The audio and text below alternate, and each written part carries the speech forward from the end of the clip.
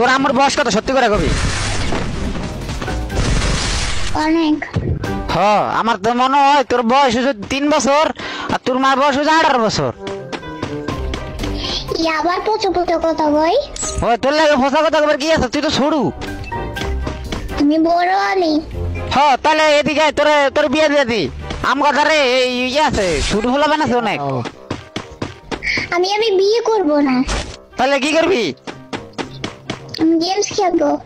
ও বুঝা গেছে তুই যে বড়, এই বুঝা গেছে, এনে বুঝা গেছে। আর কথাই কোশ্চেন তুই বুঝা গেছে তুই যে বড়। আমি তো বড়ই তো।